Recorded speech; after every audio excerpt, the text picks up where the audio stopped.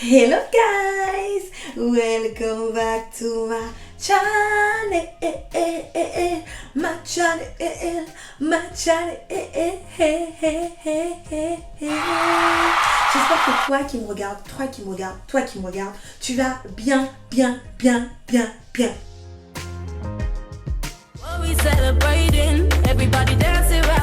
Aujourd'hui, on se retrouve pour une superbe vidéo. Pour ceux et celles qui ne savent pas, guys, je me suis guys. J'ai tellement de choses à vous raconter. Ça fait longtemps, j'ai déserté YouTube. J'étais trop occupée, j'avais trop de choses à faire, que ce soit pour le mariage, après le mariage. J'étais tout le temps en train de coiffer, coiffer. Et j'ai pas le temps pour YouTube en fait. YouTube ne me nourrit pas. YouTube, c'est juste un hobby. Like, commence par quoi? Ben vas-y, commençons par le commencement. De la rencontre de mon mari et moi. On s'est rencontrés dans un séminaire. On s'est rencontrés, c'est beaucoup dire parce que il aime trop me charrier sur ça, me dire on s'est pas rencontrés mais tu m'as vu. Parce que c'est moi. Oui, c'est moi, je l'ai vu en première. Oui, je l'ai vu et j'ai eu un gros kiff. Quand je vous dis j'ai eu un gros kiff quoi, un gros kiff pour le gars. Je le connaissais pas, j'avais vu de loin. C'était un séminaire chrétien et j'ai vu le gars de loin. Depuis ce jour, guys, depuis ce jour, je voulais ce mec, c'est lui que je voulais. Je ne voyais personne d'autre, c'est lui que je voulais. J'ai cherché partout ses contacts, qui le connaissait pour pouvoir parler avec lui et voilà, discuter, voir si on s'entendait bien et à la suite sortir ensemble. Moi, je suis pas de ces meufs, elles aiment un gars, elles peuvent pas faire le premier pas, elles peuvent pas parler. Moi, je suis pas comme ça. Moi, je vais direct au but. Tu me plais, bah, je vais te le dire. Et si ça passe, ça passe. Si ça casse, ça casse. On a commencé à sortir ensemble 2 ans après. Parce qu'il y a eu pas mal de péripéties, pas mal d'aléas. Il y a eu beaucoup de choses. Et 2 ans après, on va dire, on a décidé de sortir ensemble. Mais le problème, vous savez, toujours dans les couples, il y a toujours des hauts et des bas.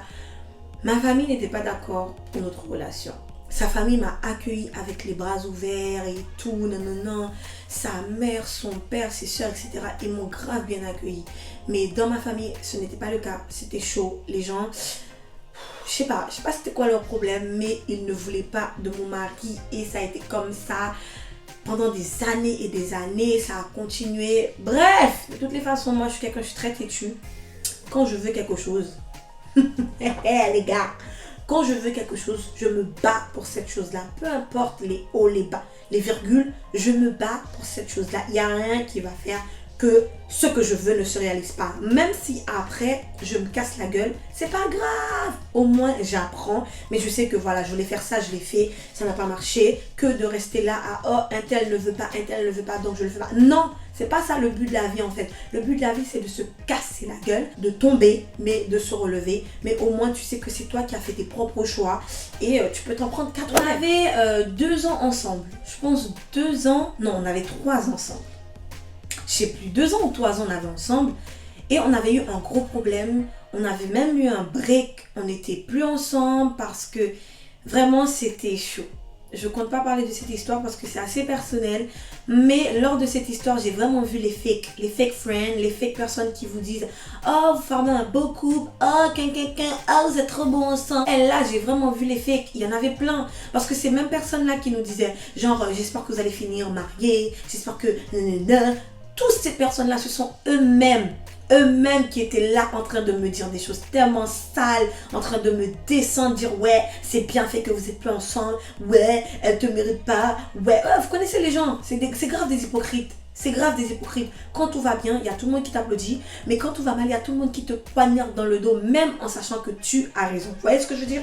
Bref, le seul truc, c'est que je me suis dit, au moins je vois qui sont les vrais, qui sont les fakes et qui sont là pour gratter. C'était aussi simple que ça. Ça m'a permis de faire un lavage, de vraiment laver notre entourage à nous. Il y a eu ce break. Je ne sais pas combien de temps ça a duré, mais ça a duré un bon bout de temps. En terminale, je devais partir pour faire mes études en France. Et là, il y avait un dilemme. C'était soit je pars en Guadeloupe, soit je pars en France. Mais personnellement, mes parents voulaient que je parte en Guadeloupe, mais moi, je voulais partir en France. Il faut trop qu'un jour, je raconte ça, comment j'ai fugué en fait. J'ai fugué pour venir en France. Anyways. Et là, je lui dis, voilà, je pars en France. Donc, je sais pas ce que toi, tu as prévu, mais moi, je pars en France. Lui, il me dit non, il y a toute ma famille à Saint-Martin. je ne partirai pas en France, c'est comme ça. J'ai dit ok, pas de problème, mais moi je pars. Que tu le veuilles ou non, que ça se termine ou non, moi je pars, c'est comme ça et point. Je suis vraiment partie en France et dites-vous que quelques semaines plus tard, il est lui aussi venu en France pour pouvoir poursuivre ses études ou trouver du travail. C'était soit l'un, soit l'autre. Jusque-là, tout va bien. Mais on était toujours en break. Quand il est venu en France, ça n'allait toujours pas. Il y avait toujours cette tension. Je me disais, est-ce que je dois lui pardonner? Parce que quand tu pardonnes à une personne, il faut oublier. Et je me disais, est-ce que je pouvais faire ce travail-là? Est-ce que j'étais prête à passer à autre chose? Je me suis dit, tu sais quoi, girl, il te faut du temps. Prends ton temps et tu verras si vraiment ça en vaut la peine de continuer ou pas. Ok? So, quelques mois plus tard, on a décidé de se remettre ensemble, voir ce que ça donne, si vraiment on pouvait avancer, essayer de se refaire confiance, essayer pour que ça puisse marcher, mais vraiment, c'était vraiment dans l'optique d'essayer de voir si ça passe, si ça casse, ça casse. On a essayé et vraiment tout a changé. Quand je vous dis tout a changé, le mec il a changé complètement, mais quand je vous dis complètement, c'était plus la même personne. Et attention, il a changé dans le bon sens du terme, il a changé en positif. Je pense que ce break là nous a permis à tous les deux de faire un travail sur nous, de peser le pour et le contre, de faire plein de choses quoi. Et je suis contente qu'on ait décidé de retourner ensemble. Je suis contente d'avoir décidé de lui donner une seconde chance parce que j'ai vu que waouh, le gars il a changé mais comme pas possible. Waouh. Après 10 ans de relation quand même, parce qu'on a commencé à sortir ensemble, j'avais 15 ans ou 16 ans, quelque chose comme ça, dans les environs, je sais plus, 15 ans, 16 ans, je sais pas. Je vois que le gars, il me demande pas en fiançailles.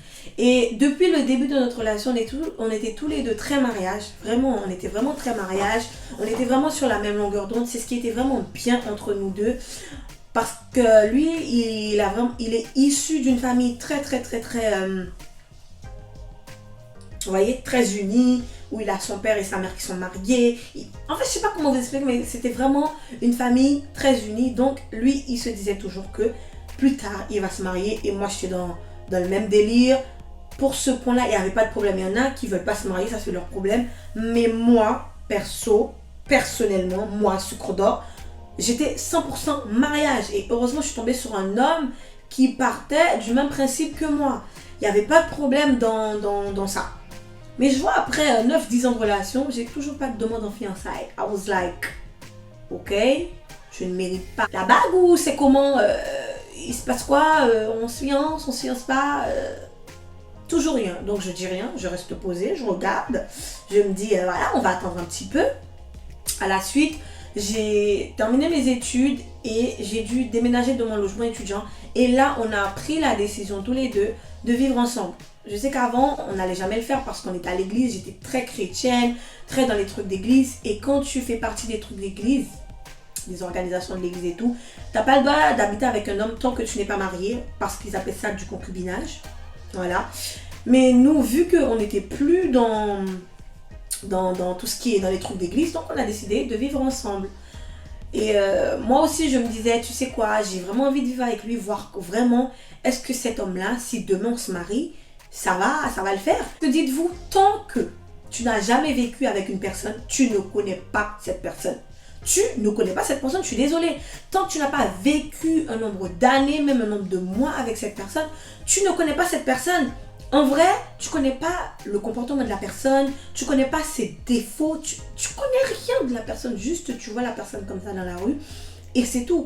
Et on a pris cette décision et ça a été l'une des meilleures de nos décisions. On a vécu ensemble pendant 2 ans, 1 an et demi, 2 ans je crois.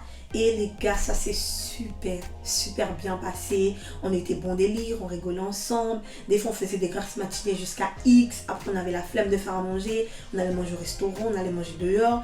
Et on était vraiment bon délire.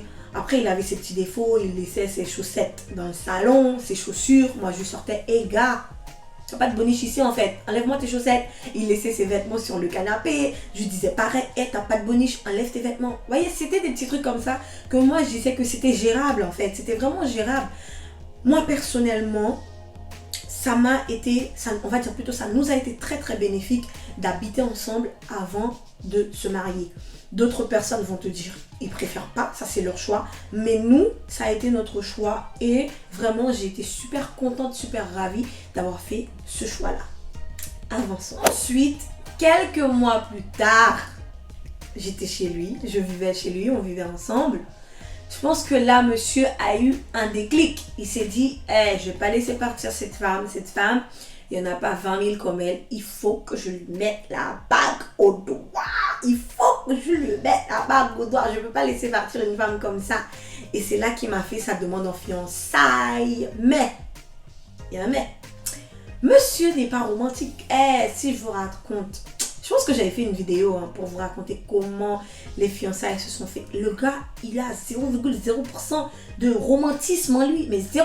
Mais moins 0,0%. Quand même, je lui ai reproché ça.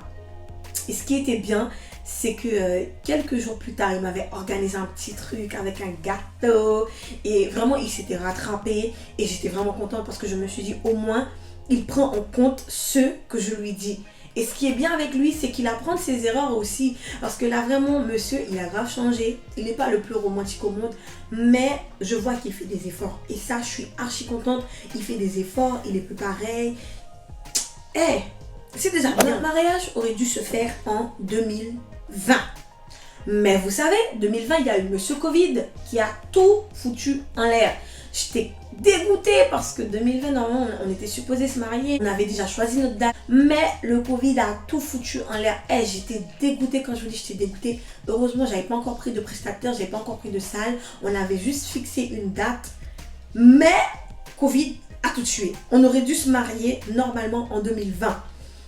On s'est dit, bon, tu sais quoi, on va laisser le Covid passer et on va voir 2021 comment ça se passe. Et si la vie reprend son cours, là, on pourra faire le mariage. Parce que quand même, on voulait faire un mariage pour inviter nos proches, nos amis. On a fait un mariage très sélectif. Parce que moi, je pense qu'un mariage, c'est pas supposé être un mariage ouvert. Un mariage, les gens qui doivent être à ton mariage, selon moi, ce sont tes amis proches, je dis bien, tes amis proches et ta famille. That's it. Il n'y a pas 10 000 personnes, oncles, à qui tu n'as jamais parlé, cousines, tu n'as jamais parlé. Moi, non. On avait prévu 100 invités, pas plus de 100 invités dans notre mariage. Pour vous dire à quel point on a été très, vous voyez, très strict et tout. Parce que je disais qu'il faut que dans mon mariage, des personnes à qui je parle, des personnes qui connaissent notre couple, des personnes qui nous connaissent très bien, des personnes à qui, même si on ne parle pas tous les jours ou tous les mois, mais de temps en temps, on se prend des nouvelles. Vous voyez ce que je veux dire? Il n'y a pas invité la tontine de je ne sais pas qui. Non. No. Le mariage s'est déroulé le 4 septembre 2021. On voulait vraiment se marier en septembre parce qu'en septembre, il fait ni trop chaud, ni trop froid. Ok, et on voulait aussi se marier début septembre parce que je sais que après vers le milieu il pleut énormément. Alors on s'est dit vas-y, le 4 c'était une date parfaite. On a dit à tous nos proches vas-y c'est le 4 et ils étaient tous voilà, oui c'est bon, nous on bloque, tu nous donnes la date, on bloque et tout, on sera présent. Alors pour la date, on a pris la date assez rapidement. On a aussi commencé les démarches à la mairie aussi rapidement. On a eu la validation pour notre date.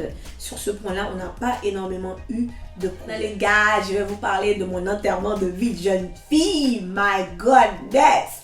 Quand j'ai dit à mes copines, que je considère comme mes sœurs, voilà les filles, la date elle a été bloquée, c'est le 4, elles étaient archi contentes, mais je vais vous parler d'elles dans la vidéo, mais un petit peu après, pour que vous compreniez, quand je leur ai dit oui, telle date c'est bon, et tout, elles m'ont organisé un enterrement de vie de jeune fille. Les gars, comment?